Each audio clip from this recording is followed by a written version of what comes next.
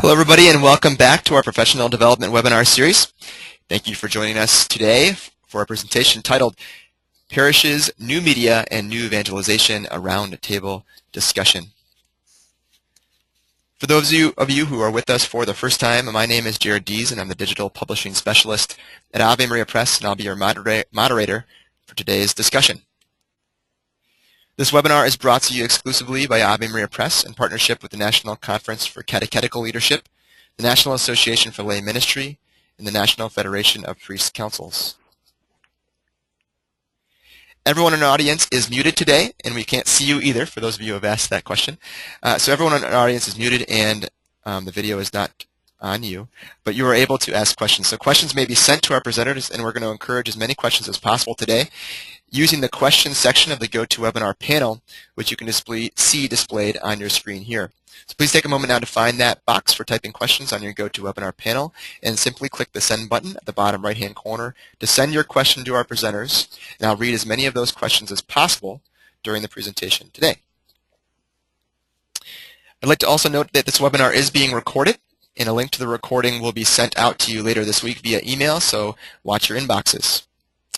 So now that we've gone through all the technical stuff, I'd like to say welcome to all of our panelists today.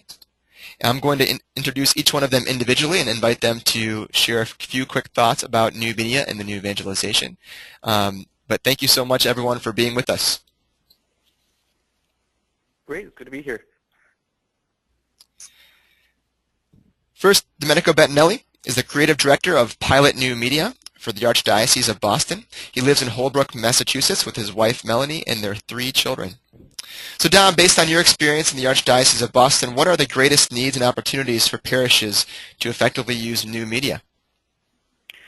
Well, part of our mission in the Archdiocese is to support parishes and the central ministries in the use of our new media tools. And the biggest thing we've got going on right now is a new pastoral plan that is, there's a long version, I'll give you the short version, is to bring parishes in local areas together in collaborative environments with one pastor and one pastoral team covering multiple parishes.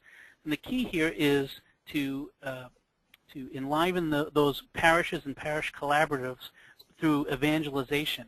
And so what our office is trying to do is to help them use these new media tools to multiply the limited resources that so many of us often have. And one of the biggest tools we're looking at right now that we've been experimenting with and finding good results with is video communication tools, whether it's video streaming or two-way video communication. We often have, in some places we have parishes that are quite distant from one another, and we have parish councils that span multiple towns, and rather than having people driving back and forth, they can teleconference.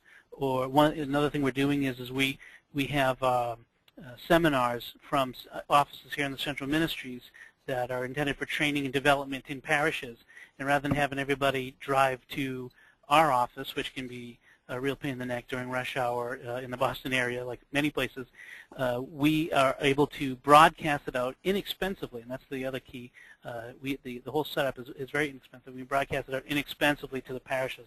And then we're also experimenting with ways of parishes being able to use these setups inside their churches to broadcast things like funerals and weddings and other special masses for those who are unable to attend, whether geographically or for health reasons. So video is a big area that we're looking into right now from a new media for the new evangelization. I love that. Don, before I go on the next one, Don, could you tell us a little bit about the tools you're using? I'm really interested in the seminars, the broadcasting, plus the video streaming kind of thing. So the tools for this can be anywhere as inexpensive as, if you've already got a computer and a camcorder, a relatively new camcorder, or even not a camcorder, but even just a webcam in your computer. You could start with that for just a few $100s, all the way up to you could spend tens of thousands of dollars for a professional studio. But our particular setup that we're using here centrally, it uses the hub of the whole system is a little box from a company called Blackmagic Design, and it's called the ATEM television station. And what it does, it allows us to have multiple consumer-level video cameras around. I guess they call them prosumer these days, a sort of weird word, which they're about $1,200 each, and they connect via HDMI. I'll try to keep a lot of the technical stuff out of it, but to this box, and you have up to 4 of them at a time. And then you connect a computer to it that does all the switching, the video switching, and that allows you to then broadcast over. In our case, we use livestream.com, but you can use other video streaming services, Bright Cove and Ustream, and there are others available. We picked Livestream because not because it's necessarily the best thing out there, but it was inexpensive and it had the features for the buck, so to speak. And we're still looking for the best thing going in this area, but we think the package, what we've got so far of hardware and software, is really nice. Good. Thanks, Tom. I look forward to having our discussion here. Thanks for being here. Thank you. Ashley is calling in. Ashley, are you there still? I'm here. Ashley is a co-founder. Ashley Collins is the co-founder and director for eMinistry for Peter and Paul Ministries, a nonprofit dedicated to assisting the church in building the Catholic community both online and off through website and social media assistance, as well as Bible studies and retreats. So Ashley, thanks so much for being with us. Tell us a little bit about Peter and Paul Ministries and your experiences with parishes using social media. What have you learned so far, and what can you share with us? Great. Well, actually, my friend Devin and I started Peter and Paul Ministries because we wanted to get involved in evangelization and some community building at our parish level, and so we noticed that they didn't have a website. So I was learning website building at the time. I talked to them about building it, about doing some social media for them, and just kind of volunteering at the parish level. And then we looked at it, and then we were also doing Bible studies at a different parish, and we looked at it and said, well, all parishes need this. If we Google searched any parish within our area, it was terrible websites, no social media presence, and we felt that was a very, very big opportunity to bring more people into the church, to reach out to the next generation, all that jazz. But so we started Peter and Paul Ministries to help build that community by doing social media training, by developing websites for parishes and training them how to use that most effectively. Facebook, Twitter, Google+, and now Google Hangouts on Air. Don was talking about live streaming and everything. We love, at Peter and Paul Ministries, we love doing Google Hangouts on Air. So it's live broadcasting held over YouTube. We can do chat boxes underneath and everything. So we are just trying to make sure that parishes can, in fact, use these tools for their ministries. Good. Thanks so much, Ashley.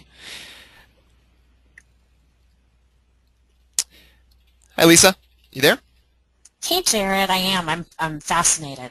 This is interesting stuff so far. I'm already taking some notes down. So Lisa, thanks so much for being here. Lisa's the founder and the editor of CatholicMom.com and the author of A Book of Saints for Catholic Moms and Handbook for Catholic Moms.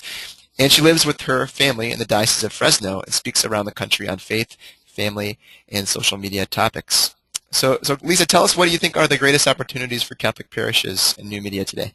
Sure. I'm putting on my parish webmaster hat, and actually for the last, close to 8 months, I've also been wearing the volunteer diocesan webmaster hat. So I've been the parish webmaster at my church, which is a parish of about 5,000 families, for the last 8 years, I think.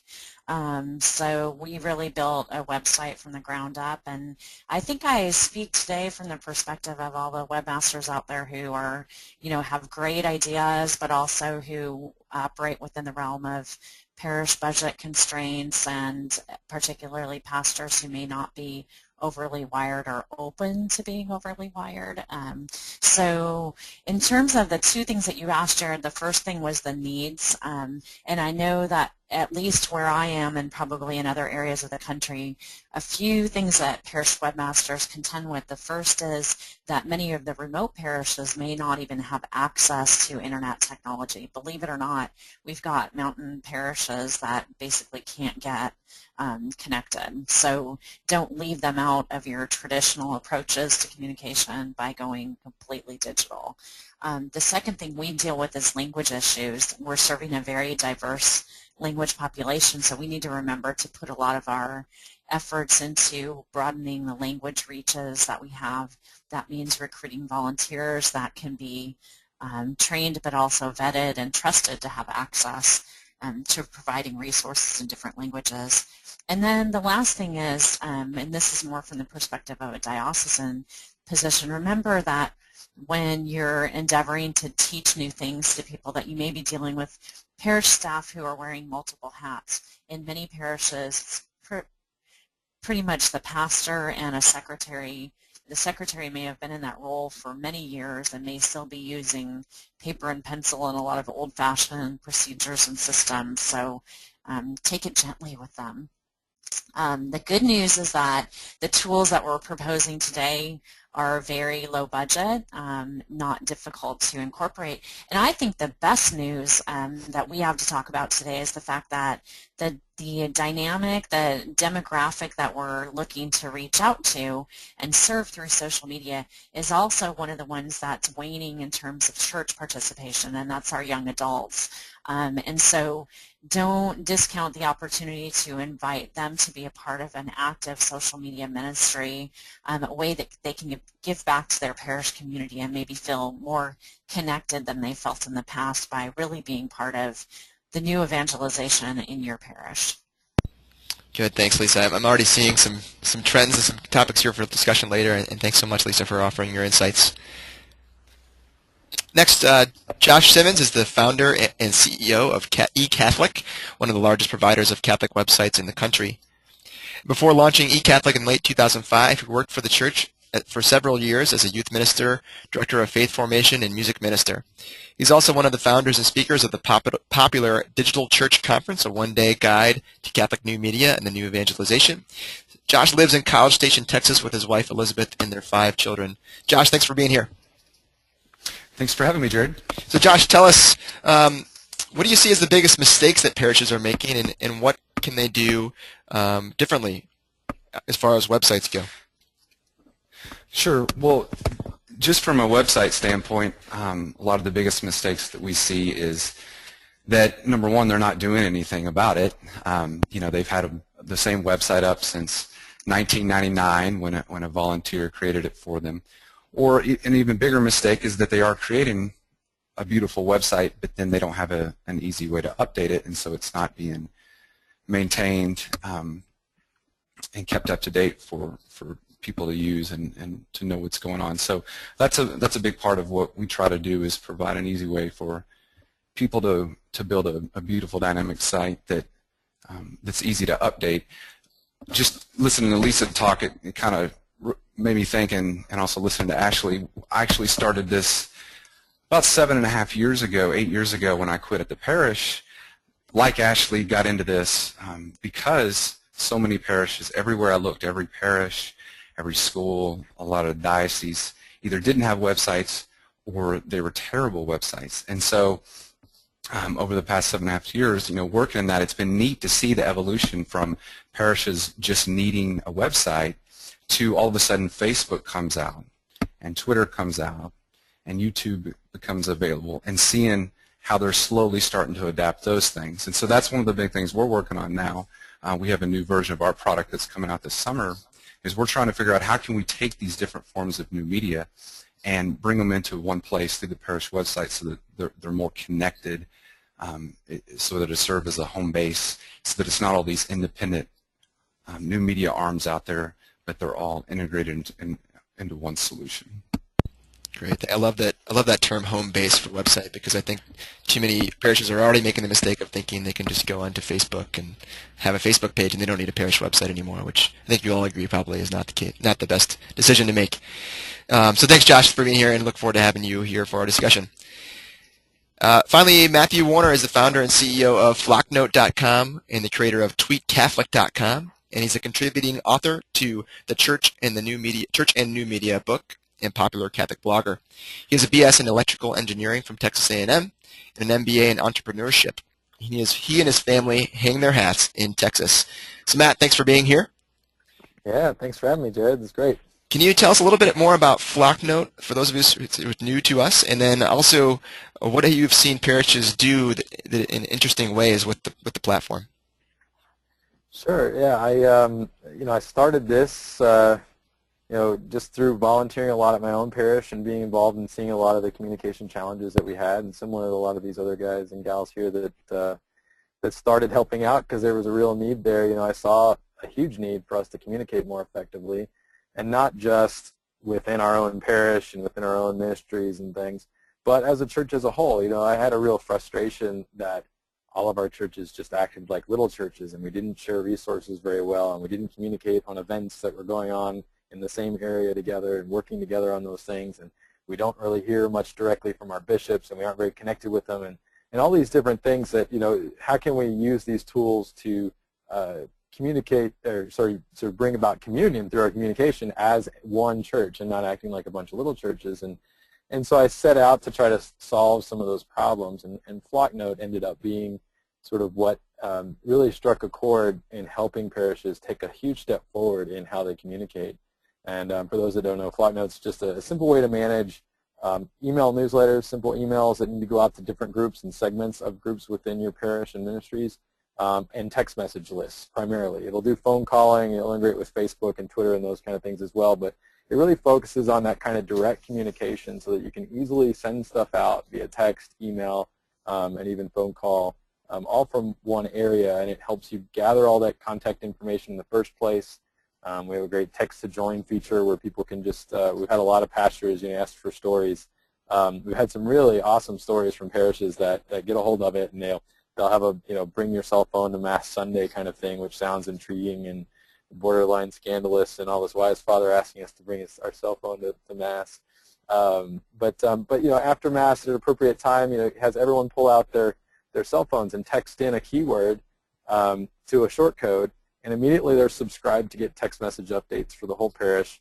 They can also text in their email address, so it captures their phone number, their email address, gets them subscribed to get email updates, sends them an email, and they can click a link in there that then asks them for more information and asks them what other ministries they want to get updates from. So it's just, there's been some really great stories of parishes literally in a few minutes on Sunday doubling the number of contacts they have for parishioners and doubling their capacity to be able to, or more, to contact their parishioners. Because right now one of our big challenges is we want to do all these things as a parish, but we don't have, half of our parishioners sitting in front of us on Sunday we have no information on because they haven't officially registered anywhere. And so we have no way to contact them in between Sundays. We have no way to contact them if they stop showing up on Sundays and start drifting away. So there's no way to continue that relationship. And so it's just a simple way to make a connection, a natural way to kind of allow someone to start getting some information from your ministry or from your parish and bring them along in that relationship. And I think the real opportunity that I've seen through all of this work over the years now, speaking with thousands of parish leaders and working with hundreds and hundreds of parishes directly, is that it doesn't have to be that complicated. Not only doesn't have to be that complicated to to use and get these things set up and to do them, but they shouldn't be that complicated. That simple things that you do can be really, really powerful. And we've seen a lot of parishes and dioceses that take a very comprehensive, complex approach and try to solve all the problems at once, and it becomes overwhelming, and it just doesn't take, and there's all kinds of unforeseen challenges and stuff. And I've just seen some very simple things, on the other hand, do some very powerful things. And so that's one of the things we talk about a lot with people, is it shouldn't, not only does it not have to be complicated, but it shouldn't be complicated, because that's what's going to be most effective in a lot of cases, at least when you're starting out, and then you take steps and you move forward and you learn, what you can do better and all of that. So it's really exciting to get to work directly with, these organizations in the church and help them take real, tangible steps forward in how they're communicating. And again, tying that not just, how do we communicate better, how do we use tools, but actually tying them back to our goals and mission as a church, that we're not just using these things to use them, we are trying to accomplish something with them. And so always tying our use of these tools back to something tangible that's a real goal, trackable, measurable goal, and tied ultimately back to the mission of the ministry or parish that's using it. Thanks, Matt. You said something in there that I think was really crucial, which is to really think simply and focus your efforts and not get overwhelmed by the infinite possibilities you could possibly do. So one thing I would challenge the listeners here today is you'll probably hear a lot of ideas from various places in the church. Choose one thing and really focus your energy on that one thing, master it before moving on to doing a million other things, because it can really get overwhelming. So thanks for that insight, Matt. Okay, so now will be the time to ask questions. So if you want to type them into the question section of the GoToWebinar panel, some people have already been doing this, and you can do it one of two ways. You could either ask a specific question to one of the panelists, or you can ask a more general question, which I'll throw out to all of them to discuss amongst themselves. So as those questions are coming in, I want to bring up at least one or two questions that came in via social media this morning.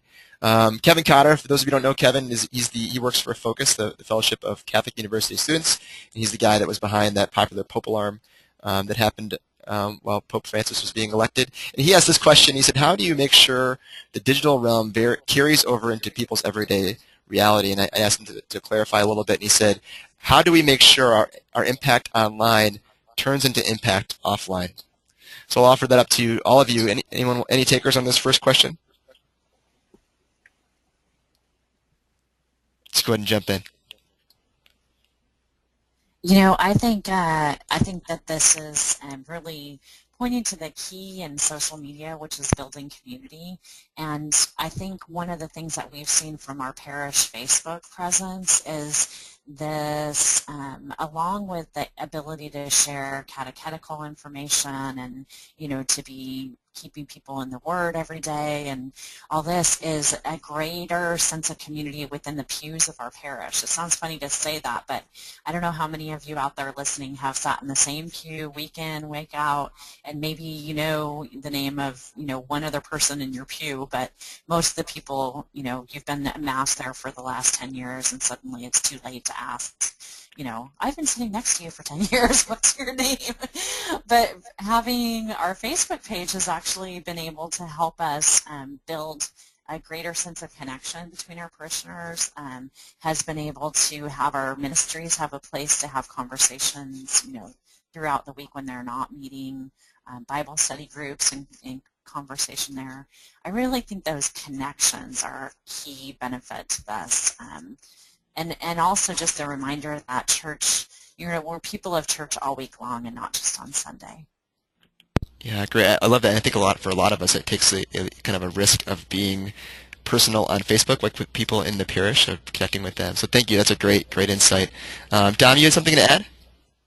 Yeah, just to jump off from what Lisa was saying there too, is when with all of your new media, whether it's the social media and Facebook and Twitter or your website, your email, use it to create dialogue, create community, and foster action on the part of those who are receiving it.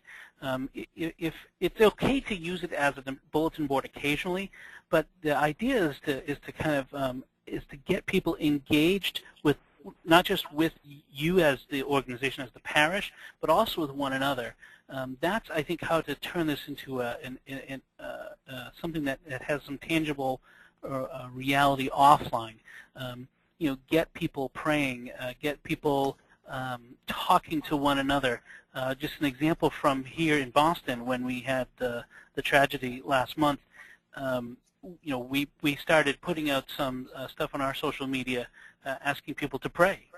We just, right in the early hours of the marathon bombing, please pray for everyone involved. We don't know what's going on, but please pray. And we got people from all over the world, sending in their prayers, offering,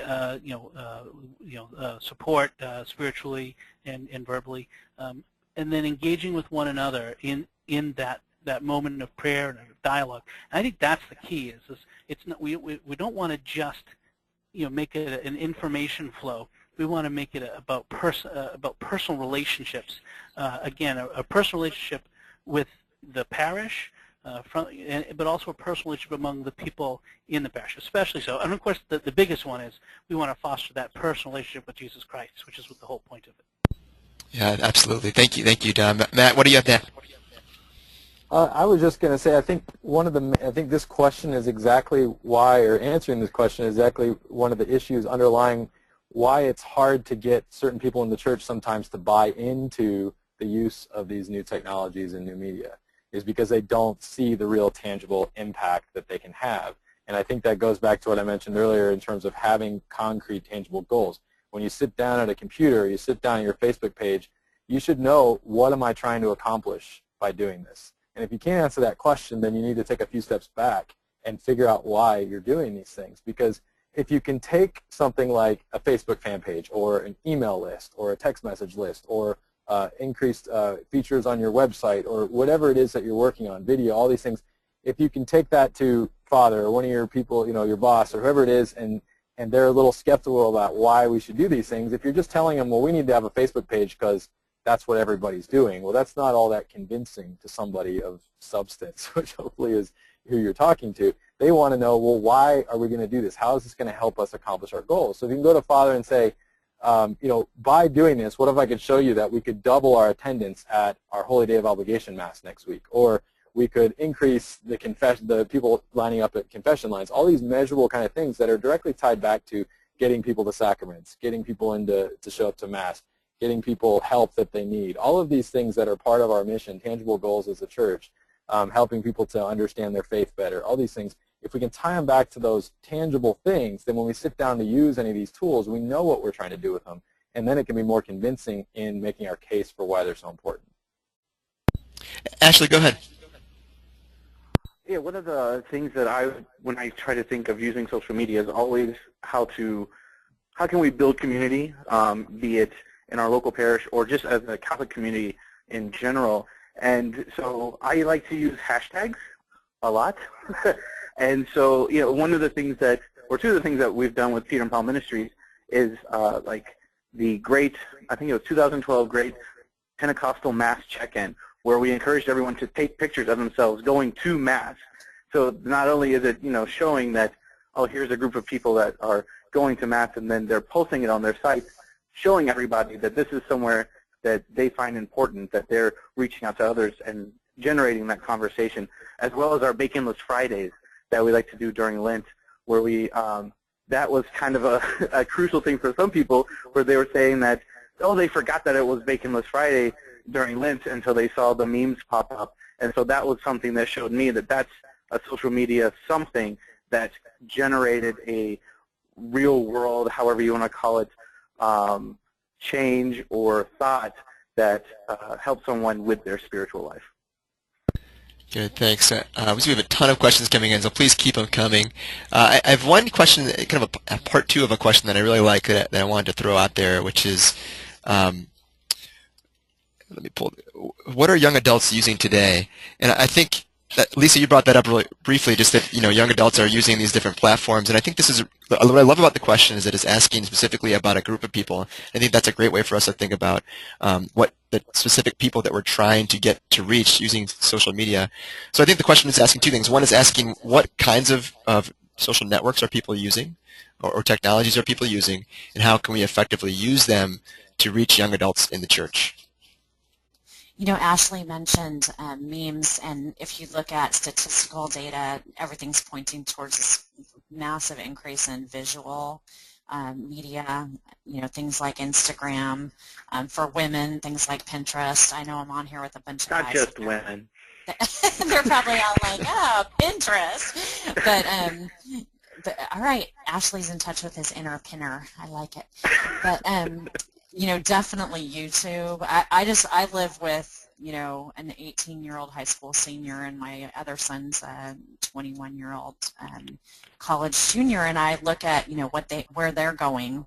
They're on Facebook a little bit, but they're definitely on places like Tumblr and, these evolving media. So definitely they're on the cutting edge, and that's why tapping into them and bringing them on board as part of the team is so important. Yeah, and Dom's typing in here that teens also are big on Instagram. And anybody, let's stick with young adults, and then let's go to teenagers, because we have a number of youth ministers and faith formation people here. What else are young adults using right now? Anybody have anything to add?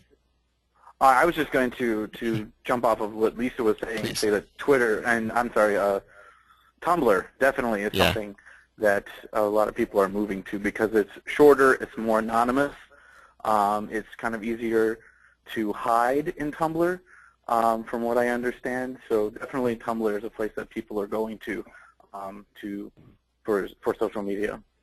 Yeah, and this for everyone to know, Tumblr is kind of, maybe I'm describing this in a bad way, but it's kind of like I'll do my best, like kind of like a form of blogging and Twitter maybe combined. It's more short form media. It's very easy to connect with people and kind of tag people. But yeah, it's very popular among young adults. Anyone know here what teenagers are using? I was going to say is that of the teens that I know, and I have a lot of nieces and nephews, so I know a few, that Instagram is huge. The visual medium. So the rise of smartphone use among teenagers is big. The migration of parents to Facebook has driven teens out from Facebook, and they're going to things like Instagram, and it is huge. In fact, I've seen a few articles in a few places talking about actually the culture that has grown up in Instagram around photos of each other, photos themselves, but also the pressures that it puts on kids to conform. So so I got so and so got 7 likes on that photo they took of themselves, and I didn't get any, and things like that. So it's an interesting area for anyone involved in youth ministry to get into, to kind of look at how the Instagram culture, and that's an important part of all this. You've got to learn the culture of these places before you can really delve into them. But how the Instagram culture among teens affects their relationships with one another, and how the church, often in the form of a youth minister, whether a professional youth minister or a volunteer, how you can be a part of that in a way that doesn't feel like the uncool old dude in the room, but is sort of a natural part of that. And I think where Ashley was going with what he was talking about with the memes and when you get the culture and you get the language, when you understand how to properly use a hashtag, you're now speaking a language. In some cases, it's a visual language, but you're speaking a language of the natives, as Pope Benedict called them, the digital natives on the digital continent. And I think that's an important concept to keep in mind, is we've got to speak their language, and it's not impossible to learn it. I mean, I'm no young whippersnapper myself.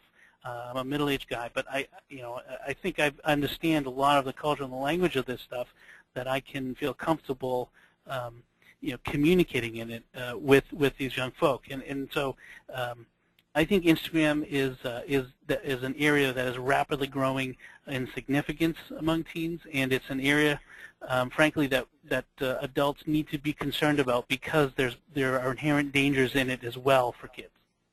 Yeah, I want to throw it to Lisa in a minute. Lisa, I want you to talk in a minute. I think I want to point a couple other things. Snapchat has been brought up like 5 or 6 times by people that are commenting in, because I think exactly what you were saying there, Dom, is that mobile is the thing right now. And Snapchat, for those of you who don't know, and I don't know if I know, but is essentially you're taking snapping a picture and texting it or sending it out to people, and it essentially goes away after seeing it or for a short time. But Lisa, please, as the Catholic mom, can you tell us a little bit about that? No, I mean, I was going to mention Snapchat too, but what that also reminds me to say is that it's vital, critical, crucial that we provide great policies and procedures for our parish ministers with respect to using these technologies, and that they're kept up to date on it, that we're current with forms, that, registration forms indicate that, we'll be using tools like this. And then I think every parish that works with teens has to build in a component of religious education that deals with forming our kids' souls to appropriately use this technology. A parent may think that they're going to be able to screen out and have the passwords and do all this. Ultimately, we can't be with our kids 24/7, so we need to form their consciences in religious education to deal with the world that they're growing up in that gives them tools like this that can be downright scary, full of potential and awe, but also just really scary if used in the wrong way. So train them, please. Good. Anybody else have anything? Some people are asking for some example policies and procedures. Anyone have anything to offer as far as some advice for parishes? If folks want to go to my website, pilotnewmedia.com/parish social media, we have our example of the Archdiocese of Boston's social media guidelines, which are based on the guidelines that the USCCB put out a couple years ago, I think it was, or a year and a half ago. So if you're looking for some examples, these are the ones we use here in the Archdiocese. I have a question that just came in from Veronica, and I think it's great. It says the rapidity of change is difficult of social media, and I think this is a great example, right? How long ago does Snapchat exist? So the rapidity of change is difficult. One avenue arises, and the next one and is pushed out to the side to the next best thing. So do you have any advice for the participants here? What can we say? I mean, do we bet on one platform that's really going to go, like Facebook, or do we try to do them all, or what would you focus most of your energy? Ask Matt. He hasn't talked. Matt, what do you think? I thought I was talking too much. Well, I think it gets to a more fundamental question of, again, what we're trying to accomplish with them. It's important. You have to understand the language. You have to understand the technical parts of it. But it's like saying knowing English is enough to convince somebody to, believe the faith or evangelize or anything else. What you say and what you're trying to accomplish with them is way more important. And I think sometimes it can become a distraction on all of these tools and everything that, and it can overwhelm us to the point, all this stuff. And I think it comes back to get something that works, find out what your community uses. Yeah, it's going to change in a year or 6 months or a couple of years or whatever. It's always going to be changing. But I think it just gets down to really, there's no shortcut with it. You have to know, you have to be a part of that culture. You have to be immersed in it. Like if you want to understand what your audience is trying to, how they're communicating, what they're using, you have to be immersed in it. And as they change, you will change with it. And there's not a lot of shortcuts around that. And I think it gets to an even more fundamental part of it, and that's being authentic on these things. And I think to be authentic, to really communicate and be authentic on these different mediums, you have to understand them. You can't fake it, And if you're going to really communicate something to somebody and make a real connection, and I think that's really what this is about, as we've mentioned a few times, is community. It's about real relationships. And so you are forming, even though these are digital abstractions and tools and all this stuff, there's real relationships underlying all of that. And I think when we forget that we're really building a meaningful relationship with somebody, that, it can become about, well, I made a connection with them on Facebook, now I don't want to use another tool or these other kinds of things. But that's just a connection. What you're really making is a real relationship with that person. And then when you move across different media, it doesn't really matter as much because you have an existing relationship that goes on and offline and between tools and all that kind of stuff. So I'm sorry, that's probably not the answer, the easy answer you're looking for, but I think there's no shortcuts with keeping up with everything. No, that's great. Ashley, what do you got for us? As far as like keeping up with the different sites and everything, yeah, that's great, and I encourage everyone to try to figure out, what is your actual parish using, what's your community using, but always, and this is what I tell parishes, that it's your parish website that should be the home base and hub of all your information, and all of these other outlets are just reaching out and extensions of your home website where you're posting information.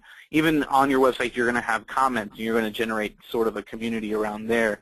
But Facebook may rise or fall. Twitter may rise or fall. All of these extensions will rise and fall. So it's really important to have that strong home base and develop a good, dynamic, beautiful website to keep all your information. And then people, if you send out the information from there, people can share them wherever they are. Some people might be taking your stuff and putting it on Reddit, or some people might be taking and sharing it somewhere else. But if anything, you have to make sure that your home base, your home parish website is strong. We have one question I think is great. It says sorry, so many questions are coming in, and I lost the question I had.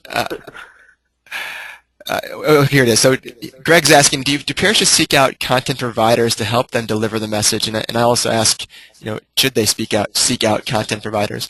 Is there a need for content providers that can service many parishes at once? I think this is a great question, because ultimately somebody needs to post something, and somebody needs to create the content to post on the social networks or on the website. What are your thoughts and insights on how that works? Josh, I haven't heard from you in a long time, and as the website guy, how do you advise parishes to create content for their websites, and then maybe even social media after that? Yeah, well, as far as their websites, I think, and we're seeing this more and more, but on a larger scale, there's big names out there that are starting to create great content. From Father Barron for teens, Life Team does a good job. There's a lot of different content providers that are doing that, and so we tell parishes, if it's out there, not to try to recreate the wheel, but rather to incorporate that into their site and to embed it. And so one of the challenges that we found is that, for us that are probably pretty techy, embedding a website or embedding a video into a website or embedding a Facebook feed into a website isn't terribly difficult, but for the average person that's working in a parish, that's a foreign language. And so that's what I was mentioning earlier. One of the big things we're working on is creating a way for people simply to be able to drag that kind of content right onto their site. And we're looking to partner with other Catholic content providers out there to put it all on their fingertips, all in one place. And so I think that's where we see parish websites moving over the next several years, is to a more collaborative environment where things are being pulled in and aggregated instead of recreated. Good. Any other suggestions about content? Jared, I just want to mention, wearing the parish webmaster hat, that it's important for whoever's doing the parish website to have a pretty concrete understanding with your pastor of what content he wants on the website. Some of them, are wide open to, use your judgment. I happen to work in a parish where my pastor has given me particular links that are okay for us to include, but, he wants to clear anything else that comes through. So have an understanding, within your team, and you should have a team, because this is tough to do on your own, of what your parameters are. Lisa, are you talking by team, do you mean volunteers, or in your experience is it parish staff that's doing that? I'm blessed to work at a parish that has 20 staff members, so we have a team of people that are within the staff, but I think that this is a prime opportunity for ministry within the parish, so your team might be, well, we know from the USCCB guidelines that in social media presences, it's strongly, recommended, if not required, that there's at least a dual administration of social media sites, so 2 administrators, but I'll use the example of Catholic Mom. We have a team of 7. Each of us takes one day of the week, and then there's backup too. So, look at what you can do within the constraints of where you work or where you serve, but have a team for sure. Good. Ashley, you had a comment to add. Go ahead. Yeah, one of the things that I tell parishes is to reach out into your parishioners. You've got a wealth of knowledge and information just waiting to put out there, and they might not think about adding something to the website, but maybe you could ask that mom who has, these kids, how do you deal with, spirituality in your home? Can you write up, just a half a page something about what you do as a Catholic mom at home? You can ask that about the Catholic dad. You can ask about, different things going on in the parish, and ask the people in the parish to contribute to the site so that they take ownership of it, and they are even more excited to share it later. Maybe you have a conversion story out there that just needs to be written down, and it's just waiting for someone to ask them to take part in that. So I definitely encourage people to ask their parishioners to add content to the site, to, again, to make it their own and to add their voices to your parish. As you were talking, Ashley, the Facebook pages popped up on my phone saying, asking questions is a great way to get people talking. Try it out. And I think that's ironic, but it's actually very true, I think, getting the conversation going. Dom, can you tell us about what you do in Boston? Sure. One of the things we've recognized here is that that communication is a vital function of parishes. I mean, that getting the word out, I mean, communicating the word of God is essential to what a parish does. And so there should be someone on staff whose job description includes the communication through the various means, whether the bulletin, if there's a parish newsletter, and through new media.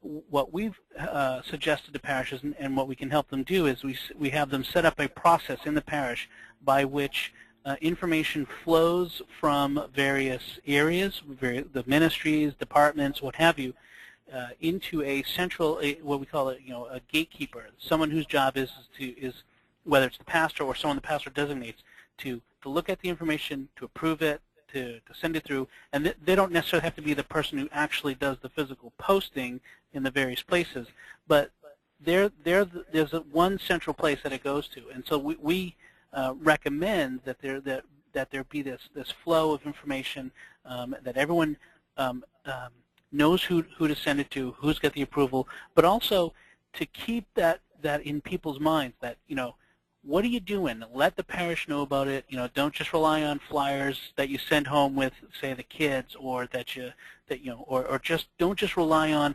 something in the bulletin on Sunday.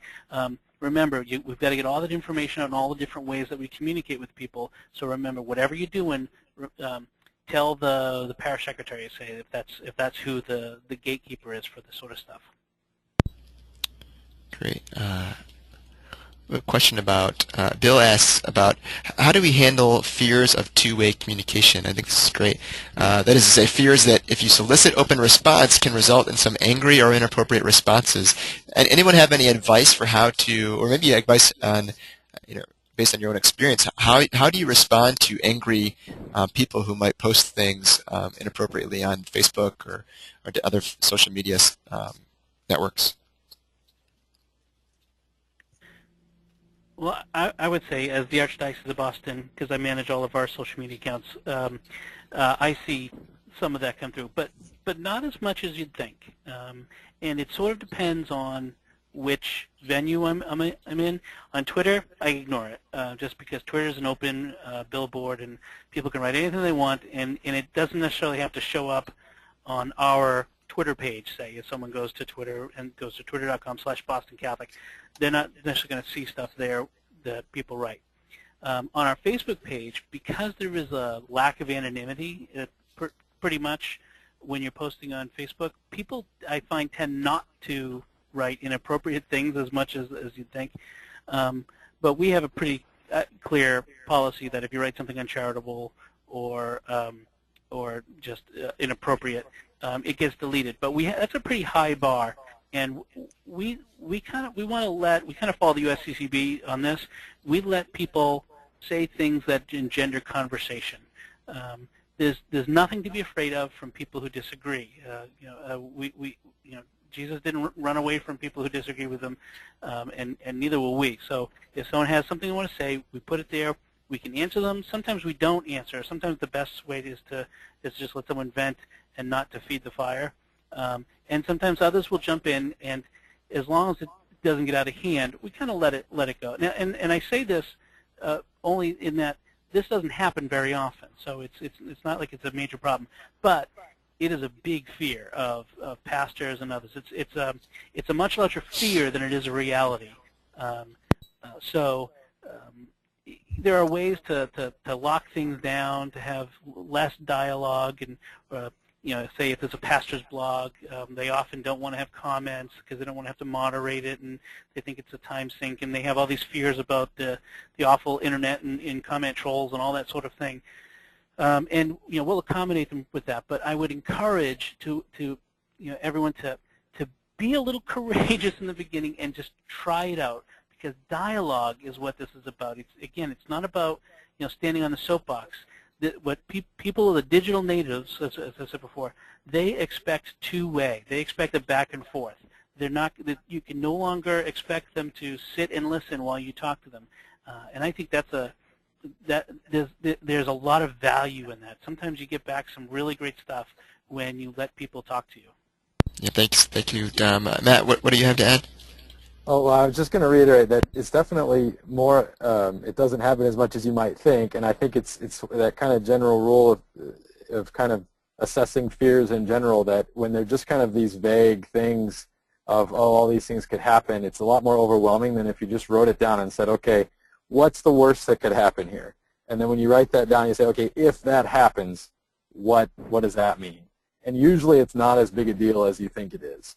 And then I think also advice I usually give people is just respond like you normally would.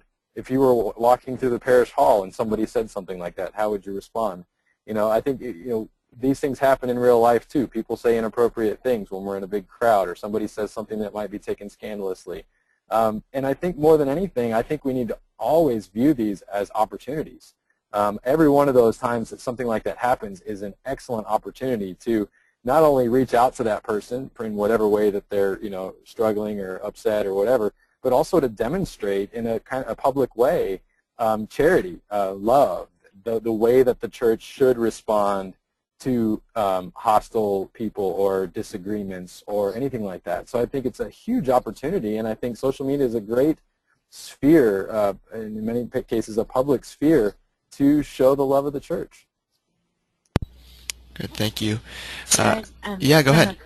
From a practical sense too, even if people decide on a social media site like Facebook or Google Plus that they're going to, you know, really keep their comment policies pretty strict, and you can actually set, you know, your settings for the site of how you want to and allow people to engage. But I want to say, please claim your presence on Facebook and on Google Plus as a parish, because when your users go searching for you on Google, those are some of the first things that come up, and having a presence in those places helps to manage the information flow that we have going out. I'm working with a parish here locally who had not one but two kind of phantom Facebook presences set up by well-meaning parishioners who had it up for a year and then dropped the ball, and you know, it can be difficult after the fact to take those down and to make yours the one that rises to the top when people go searching. So even if you're not going to have a super active presence, get set up in those places so that you manage the search engine optimization for your parish. No, that's absolutely true. And Facebook is just updating now. They update things all the time, but they're updating something now with their search that is really making that at the forefront. So claiming those pages and at least just creating a page from, I think, a designated person is really, I think, essential. So thank you. That's a great comment.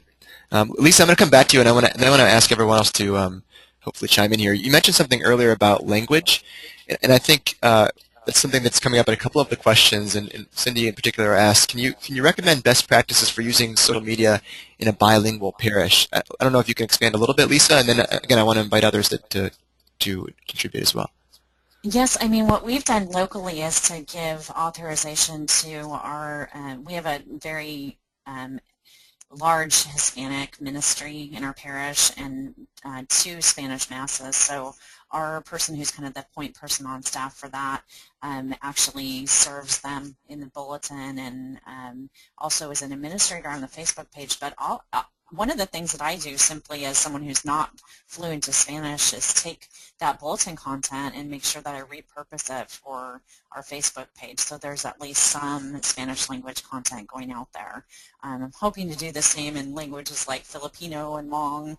We're not there yet, but you know, that's a goal, is to have a multilingual presentation on our pages. So if all else fails, you know, grab what's in your bulletin and share that on a regular basis on Facebook. Wow, great tip. And that's a really great tip. Do not rely on Google Translate. Yes, I totally agree. Yeah, anybody else want to ask or comment on this? Okay, good. Then I'm going to go back to the video a little bit. Dom, you mentioned at the very beginning about video, and can you expand a little bit on that, just briefly, on what are not so much the technical side of things, Dom, but what are some things that we can do as far as content creation for video? I think you're still muted if you're. Sorry, I Go knew ahead. I was going to do that one of these times. I touched a little bit on in the beginning some of the ways that we've been talking about using video in parishes. We recently had just this past weekend I had a parish where one of the dads of one of the children who's going to receive First Communion is deployed in Afghanistan, and they wanted to find a way that he could take part.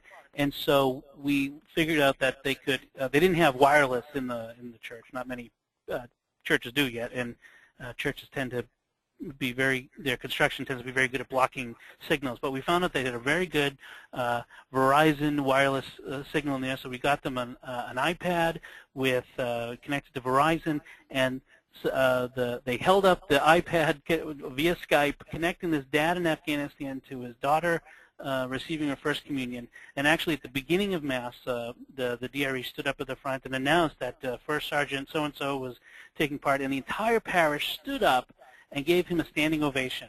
And I tell you, not only did it make that family feel fantastic and that little girl feel fantastic, but it was a moment in which all of these people, some of whom were not parishioners, not regular parishioners, may be parishioners but don't go every Sunday, brought them together in a wonderful moment of around the table of the Lord that joined them in this spirit of community, a community that spanned beyond the geographical limitations of the church. And that's one of the areas in which we can use this technology to make these connections with people.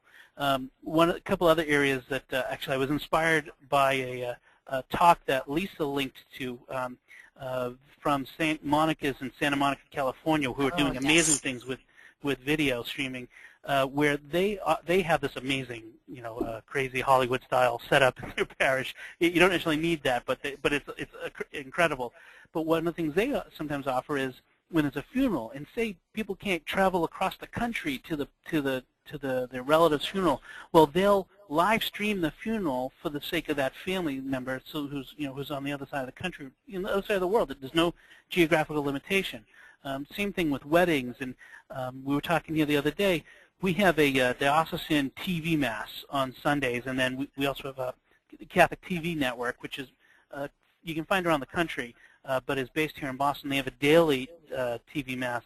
And a lot of homebound folks, they watch that because they can't get out to their local parish. We're saying even if a local parish could do that sort of thing very easily, streaming it over the web, and homebound folks can be watching the essentially the equivalent of the TV Mass daily from their own parish and making a connection to their parish community on a daily basis. And that's where we really feel like there's these opportunities for evangelizing and making these connections with people inside the parish boundaries and outside the parish boundaries as well, and really serving the community. And this video, the video technology is not super complicated. As a diocese, we're going to commit ourselves to helping parishes figure this out. It's not really expensive. So a lot of parishes have a lot of the equipment that they could bring together to make it happen already. So it's really exciting for us, as you might be able to tell from my my enthusiasm for it. Now, first of all, those stories were just incredible, because I think we framed this webinar in terms of new evangelization, and I think if we're not touching hearts with the media, why are we doing it at all? I mean, I think that's really so. Thank you for that testimony and that example. We're almost out of time. I want to talk real quickly about mobile before we do, because I think we talked about it a little bit already, but it really is, I don't even know what the latest percentage of people with smartphones are right now, but it's becoming a big thing. Josh, I'm going to ask you first, and then I'm going to maybe go to Matt after that. Josh, first of all, what do you think about website design as far as mobile goes? If people are asking them, do I make my website mobile responsive, or what do I have to do to make sure my website shows up well on an iPhone or an iPad? What are some tips you can say to some parishes? And then I'll come to you, Matt, in a minute. Well, first, just a couple of statistics.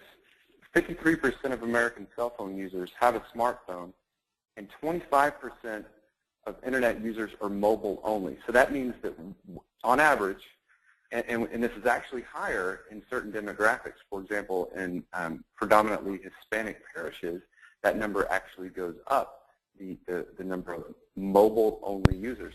So wow, that's great. I had no idea. At least 1/4 of the people that are coming to your website or that are engaging with you through these social media channels are doing so through a mobile device. And so more and more our websites need to be ready for that. And so the big change, and you can Google this and learn more about it, that sites are moving to is what's called responsive web design, where it will take your site and it will show it to you in one way on a computer, but then on a tablet and then on a mobile device, it'll show you in most cases the same content, but just in a more user-friendly way, so you can interact with it the way that device is designed to. So, and a lot of the platforms that are out there, whether they're proprietary like what we offer, this is one of the big changes that's coming out this summer with us is responsive design. But other open source platforms more and more are offering this, so it's becoming easier out of the box to be able to create sites that are responsive. Good, thanks, Josh. And Matt, what about Flocknote? And you mentioned text messaging earlier. What are you seeing parishes do? You gave a couple examples. What are you seeing parishes do with text messaging and focusing on phones? Yeah, well, I mean, phones in general, and just to build on what Josh was saying, I mean, mobile is absolutely huge. I mean, you can't underestimate how important that is, and it's going to get even bigger in the next couple of years. So it's going to be really interesting to see how people are communicating in a few years from now, because it's changing so fast, and there's some big questions on how much apps are going to take over that versus, mobile responsive design, browsers, texting versus data apps and things like that. So it's just huge, but it's definitely, you have to take into consideration right now, and just some of the stats Josh gave you are very revealing, and then even email now, something you traditionally would open at your desktop, almost half of all email now is opened on a mobile device. And so when you're sending those really long emails to people with all these multiple columns and all these images and all these extra things, half the people are opening that and going, oh, can't read that now, and they go past it and then probably never come back to it. And so you have to take these things into account in terms of how you're communicating, and certainly texting is huge with certain demographics, and really increasingly all demographics. Josh mentioned all the mobile-only users. You have even more people of that, internet that are mobile-only. People using the internet through only their mobile devices. But even bigger group than that is because you still have people in there that have mobile devices. They do texting, but they don't have data on their phones yet. And so reaching those folks, they don't generally get online and check their email. They're not going to your website. But texting is very, very powerful, and so we've seen a lot of parishes latch onto that. The other thing is you can't compete with the open rate of a text message. The open rate for a text message is about 97%, and that's because before someone can decide not to read your text message, they've already read it. And so, but email, a good email open rate is 30%. It goes up and down from there depending on what you're doing, but that's a very good open rate if 30% of your people are opening your email, which is another thing we help you track with Flocknote. Your bulletin open rate, what's that? I don't know, 3%, 5%? How many people actually open up the bulletin and read it? So, I mean, text messaging is huge, and it forces us to get to the point with what we're saying. You have to be concise. It respects the person's time. And I think that's another lesson we have to learn, and a lot of this technology is helping us learn the hard way because nobody opens our stuff that we spend all this time making this really long, diatribe or tome of announcements, and we realize that people just aren't reading them. But if you just distill that down to the most important stuff and stick it in something that's easy to quickly read, like a text message or a short email or some other kind of update, people are more likely to read it. And so definitely text messaging has been huge. Getting people to turn out to events. I mentioned we have some great stories with Flocknote of people that just, events that will pop up in the middle of the week. And the difference between announcing something on Sunday for some event going on Thursday night, you announce it at Mass on Sunday, by Tuesday they've forgotten about it and made other plans and all this other stuff, when you have the ability to send out a text message on Wednesday night that almost everybody's going to read, it just you can't underestimate how powerful that would be with turnout to your different events and all that. And so people look at some of these costs involved with these things, and they start to say, oh, we can't afford that, we can't afford that. I say you can't afford not to be doing it, because when you really connect it with how it can turn people into engaged parishioners that are giving back, that are spending their time, talent, treasure with your parish and building each other up, and all these other tangible things, of course, that are more fundamental to the mission of the church anyway, we just can't afford to not be doing it. Thanks, Matt, and thank you, everyone, for, all five of you, for participating in today's discussion. I wish we had more time to go on and continue it, because I have lots more questions, and of course I can see tons and tons of questions that are still unanswered from all the participants. So thank you, everyone, for offering your questions. I'm sorry we didn't get to all of them. Real quickly, I just want everyone to share where we can find you, where we can get in touch with you. Domenico Bettinelli, where can we find you? My work website is pilotnewmedia.com. My personal website is betnet.com, B-E-T-T-N-E-T. That's where you can also find me on Twitter, and I'm also on Facebook and Google Plus and pretty much everywhere else. So look for Bettinelli, D. Bettinelli, or Betnet. Ashley Collins, where can we find you? You can find Peter and Paul Ministries at peterandpaulministries.com. You can also find me on Twitter at Twitter handle oddbosco. Lisa Hendey? Best place, CatholicMom.com, and I'm on Twitter at Lisa Hendey, and that's with two E's, H-E-N-D-E-Y. Love my Twitter friends, so let's connect. Lisa, you introduced me to Twitter, so thank you for that. I think you're my first friend. Josh Simmons, where can we find you? You can find our website at eCatholic.com, and you can find a lot of great new media content. We blog and have a lot of great bloggers, like some of the people on this call, contribute to it on new media, and you can find that at eCatholicblog.com. You can find us on Twitter at /eCatholic and Facebook at /eCatholic, and then my personal Twitter is Josh P. Simmons. Matthew Warner? Yeah, well, you can find Flocknote at just flocknote.com, like sending notes to your flock. And then we have a free 30-day trial. You can try it out. We also have a blog that focuses on short posts helping you communicate in a noisy world, and that's just flocknote.com/blog. You can find me on Twitter at Matthew Warner.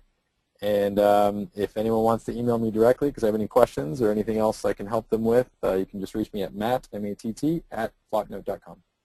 Okay, thanks, everybody. I just want to say thank you to our partners, the National Conference for Catechetical Leadership, the National Association for Lay Ministry, and the National Federation of Priests Councils, once again for their partnership in this series. If you're not familiar with them, please check out their websites. If you're not already a friend of our online social networks at Ave Maria Press, we also are on social media and new media, Facebook, Twitter, YouTube, Vimeo, where this video will be posted tomorrow. You can also find a recording of this webinar and all webinars at avemariapress.com/webinar-videos. Finally, there are 2 more webinars left in our professional development webinar series. Next week, author David Cavillo will share the lessons he has learned developing a ministry focused on praying the rosary, but not just any ministry, a ministry promoting the rosary to Catholic men. It's a great session for the month of Mary. And as a moderator of each of these webinars this year, I'm kind of honored to be the sexually switching sides and closing up the series talking about my new book, 31 Days of Becoming a Better Religious Educator. The presentation is titled 13 Ways to Becoming a Better Religious Educator During Summer Break. So whether you're a catechist or a teacher yourself or a catechetical leader, I'll be sharing some practical exercises and resources to use over summer break to become a better disciple, teacher, servant, and leader. So thank you, everybody. Have a great afternoon. We'll see you in our final 2 webinars coming up soon.